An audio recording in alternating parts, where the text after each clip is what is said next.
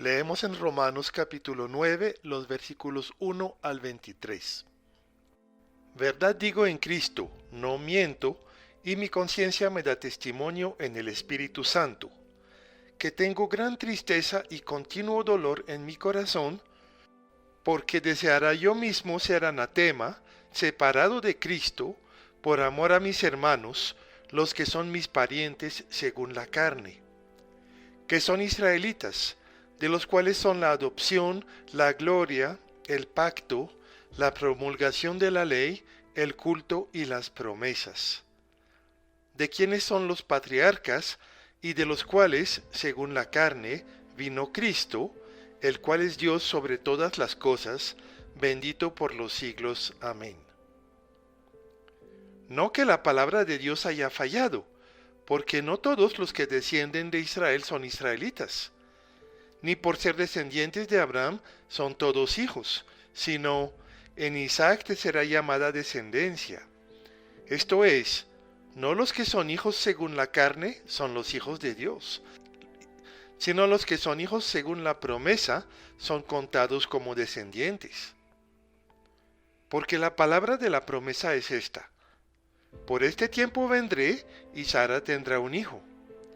Y no solo esto, sino también cuando Rebeca concibió de uno, de Isaac nuestro padre, pues no habían aún nacido, ni habían hecho aún ni bien ni mal, para que el propósito de Dios conforme a la elección permaneciese, no por las obras, sino por el que llama. Se le dijo, el mayor servirá al menor, como está escrito, a Jacob amé, mas a Esaú aborrecí. ¿Qué pues diremos? ¿Que hay injusticia en Dios? En ninguna manera. Pues a Moisés dice, tendré misericordia del que yo tenga misericordia, y me compadeceré del que yo me compadezca. Así que no depende del que quiere ni del que corre, sino de Dios que tiene misericordia. Porque la Escritura dice a Faraón, para esto mismo te he levantado, para mostrar en ti mi poder, y para que mi nombre sea anunciado por toda la tierra. De manera que de quien quiere, tiene misericordia, y al que quiere endurecer, endurece. Pero me dirás, ¿por qué pues inculpa? Porque ¿quién ha resistido a su voluntad? Mas antes, oh hombre, ¿quién eres tú para que alterques con Dios? Dirá el vaso de barro al que lo formó, ¿por qué me has hecho así? ¿O no tiene potestad el alfarero sobre el barro para hacer de la misma masa un vaso para honra y otro para deshonra? ¿Y qué si Dios, queriendo mostrar su ira y hacer notorio su poder, soportó con mucha paciencia los vasos de ira preparados para destrucción?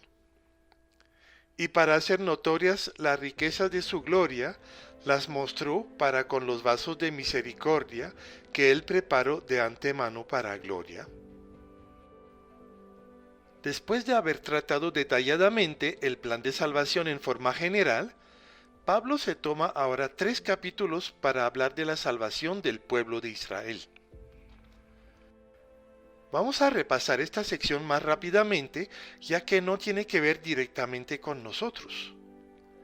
Pero por otra parte, nos ayuda a aclarar la confusión suscitada por algunos que quieren poner al pueblo de Israel en un pedestal.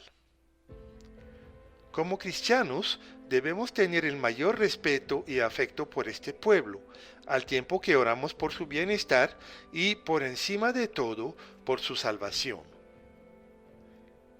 Pero ahí precisamente está el problema, en los que piensan que los judíos están naturalmente más cerca de la salvación por el solo hecho de haber nacido o de pertenecer a este pueblo. En la actualidad, muchos creyentes quieren hacerse mesiánicos, es decir, cristianos judaicos. La palabra hebrea Mesías en griego se dice Cristo, y ambas significan el ungido. Tradicionalmente, la Iglesia se ha llamado a sí misma cristiana en referencia al nombre de Cristo. Pero ha sido tan fuerte la enemistad entre cristianos y judíos a lo largo de 20 siglos, y tan horrible la persecución del pueblo israelita por parte de un cristianismo falso y pervertido, que obviamente es insoportable para muchos judíos llegar a ser llamados cristianos. Por esta razón, los seguidores de Jesús de origen judío se denominan mesiánicos, una palabra originada en su cultura e idioma tradicional. En este texto, Pablo nos comparte el inmenso cariño que tiene por su propio pueblo y el profundo deseo que tiene de verlos recibir al Mesías prometido. Pero él habla muy claramente y afirma contundentemente que nadie puede ser salvo sino por medio de Jesucristo. En otras palabras, nadie será salvo por ser judío, sino únicamente por creer en el Hijo de Dios. Tampoco existen bendiciones especiales por ser discípulos de Cristo de origen judío. Todos llegamos a ser un solo cuerpo. Al momento de escribir este texto, Pablo se enfrentaba a una situación específica. En aquel tiempo, la iglesia, que al principio solamente integraba judíos, se estaba llenando cada vez más de creyentes de origen pagano, que pronto serían mayoría. La gran pregunta era, ¿qué pasó con Israel? Era un gran dolor para los discípulos hebreos y una sorpresa para los gentiles ver cuán pocos eran los convertidos judíos. Entonces se preguntaban, ¿será que las promesas fracasaron y que la palabra de Dios no se cumplió?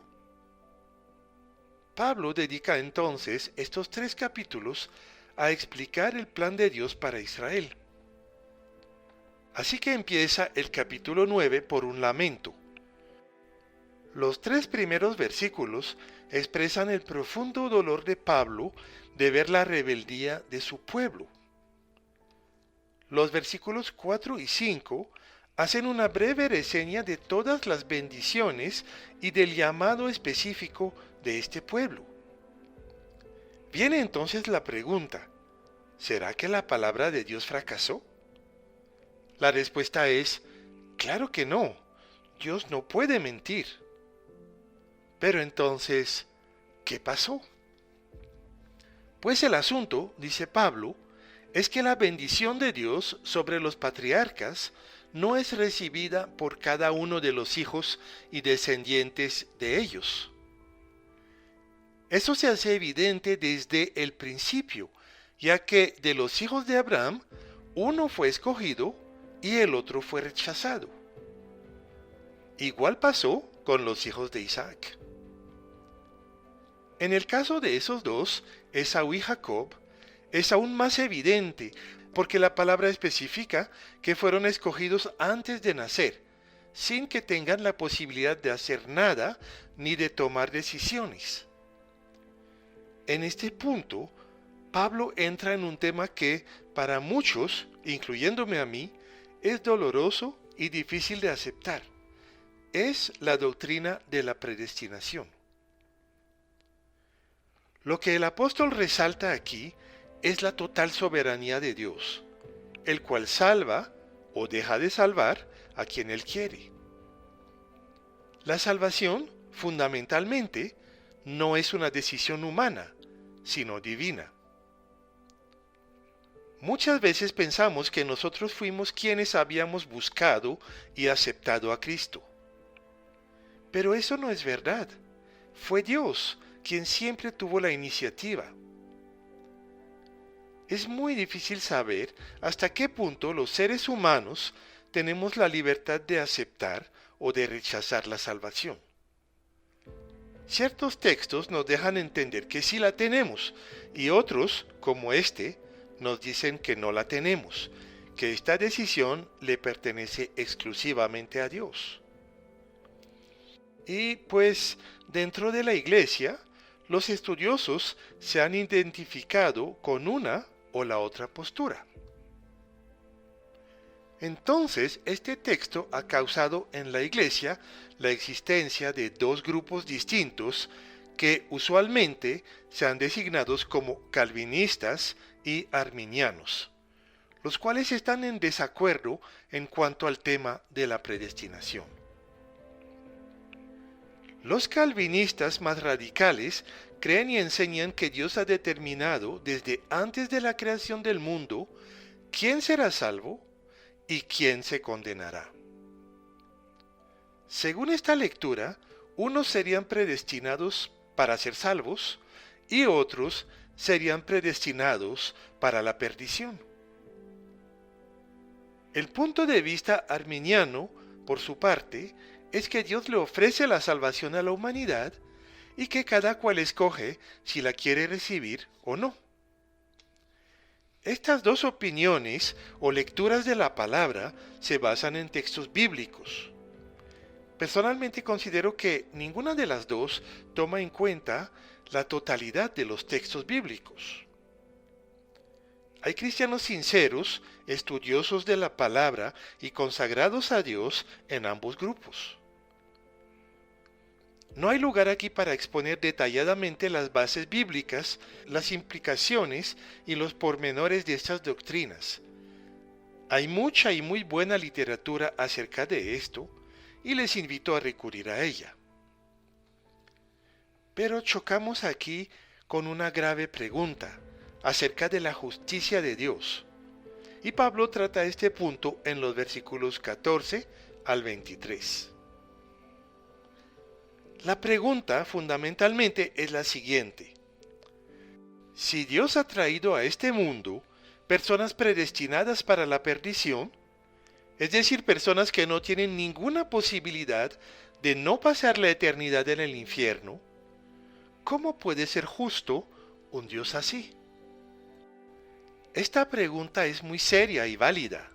Es dolorosa para muchos de nosotros, porque deseamos ardientemente la salvación de personas cercanas y amadas, y estas personas no manifiestan el menor interés por las cosas de Dios. Eso nos puede producir mucho dolor y hasta enojo con Dios. Pablo en realidad no da una respuesta directa a esta pregunta en el sentido de que no nos dice por qué Dios hizo esto. Pero sí da una respuesta directa y contundente en cuanto a la justicia de Dios. Claro que Dios es justo.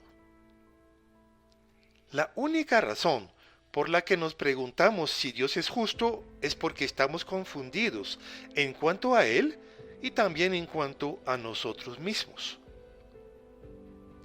La tendencia natural del ser humano es de sentirse justo, de sentir que puede juzgar la justicia de otros. Así que nos creemos capaces de juzgar hasta a Dios mismo. En realidad, Dios es justo por esencia. Dios es la justicia misma, y nada de lo que Él hace puede ser injusto. En la práctica, resulta ser un asunto de confianza, es decir, de fe. O creemos que Dios es bueno y justo, o no lo creemos. Los que hemos caminado algún tiempo con el Señor, sabemos cómo es Él y sabemos que Él es bueno y justo. Quiero hacer aquí una última aclaración. La predestinación de la que se nos habla aquí no significa en ningún caso que algunas personas quisieran ser salvas, pero no pueden. Las personas que se pierden son las que nunca han deseado ser salvas. Vale la pena leer cuidadosamente lo que dice Jesús en Juan 6, los versículos 37 al 40 y el versículo 65. Ahí Jesús nos dice que Él nunca echa fuera a los que van a Él.